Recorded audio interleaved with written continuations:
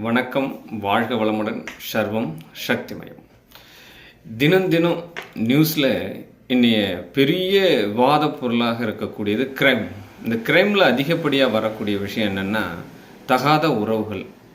ஆமாம், பிறருடைய காதலியை தன் காதலியாக நேசிக்கிறது, பிறருடைய மனைவியை அபகரிக்கிறது, இந்த மாதிரி முறையற்ற உறவுகள்லாம் அமைவதற்கு ஜாதக அமைப்புகள் எப்படி இருக்கும் அப்படின்னு தான் நம்ம இன்றைக்கி பார்க்க இருக்கிறோம்.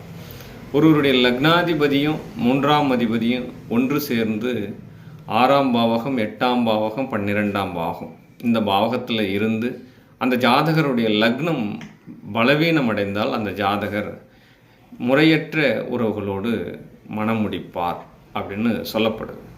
இதே காலகட்டம் அந்த தசாபுத்தியாக நடந்து அந்த லக்னம் பலமடைந்தால் அந்த ஜாதகருக்கு மாரகமே உண்டாகும் அப்படின்னு ஜோதிட நூல்கள் சொல்லப்படும்.